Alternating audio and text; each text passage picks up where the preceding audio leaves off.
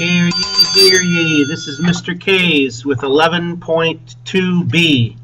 We've been talking about the rise of Russia, a mix of both Slavic, Greek, and throw in some Viking for some flavor, and we have Russian culture. Today we're going to be looking at some invaders. The Mongols come from the westward, from the east-west, and they're going to invade Russia. And because of that, what we're going to see is the growth of Moscow from a small village to a big city. And the reason for that is that it is near the confluence of 4 rivers, so it was good for trade. So Novgorod and Kiev are going to lessen in their importance. So around the late 1200s AD, the Golden Horde, H-O-R-D-E, horde just means gang, of Genghis Khan, that great ruler of the Mongols, he swept in over Russian lands and conquered most of it. By about 1240, they had crushed Kiev, K-I-E-V, and other Russian cities, and ruled them for the next 200 years. So the Mongols are going to be unwelcome house guests in the House of Russia. Mongols did do something different. They allowed the Russians to follow all of their own customs as long as they didn't rebel. So Russians could continue on with their Russian culture, and you will even see a little bit later, the Mongols liked Russian culture so much they adopted Russian culture. The Russians had to pay tribute or money to the Mongols. It was for the right to live. Conquered people paid what we call tribute. It's tax money is what it is. Important people.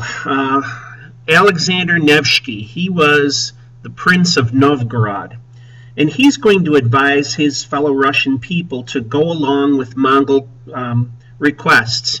Don't anger them, obey them, do what they say. To go along, to get along, you got to go along. And they did.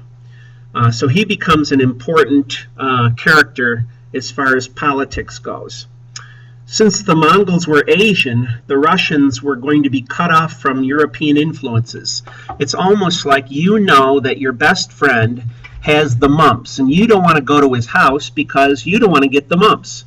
So for the next 200 years, Russia is going to be retarded in growth as far as modern things. They're going to miss out on the age of exploration. They're going to miss out on increases in technology because, quite simply, Western Europe did not want to deal with the Mongols.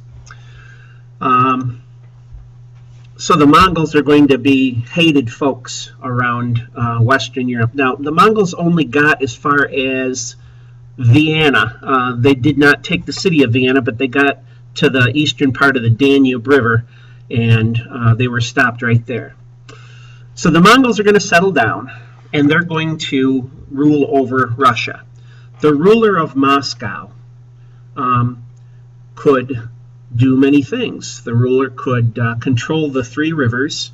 I said there's a confluence of 4 rivers, but for argument's sake, we'll say 3 rivers. The Volga River, Volga boat song, that type of river. The Don River, D-O-N, and the Dnieper, D-N-I-E-P-E-R.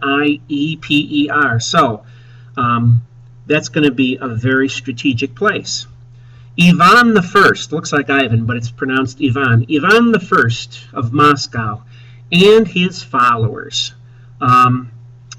He was going to be an influential character too.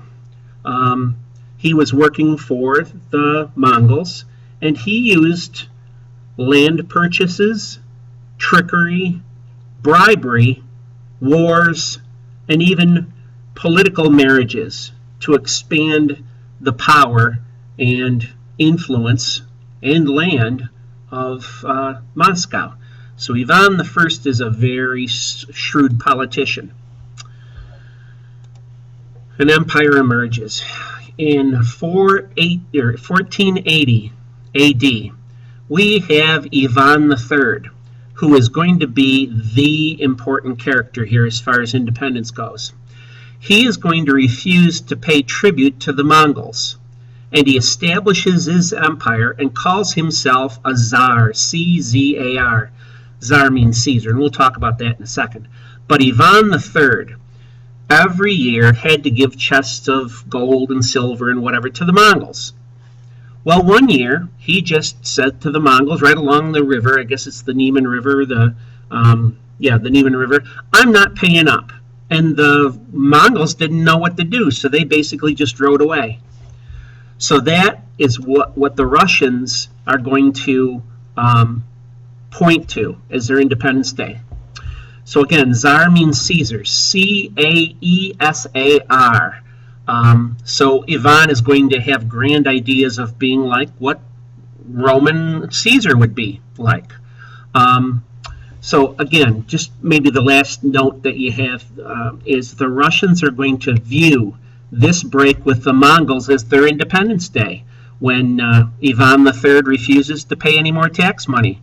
Go home, boys. I'm not paying any more of my lunch money to you. Get out of here.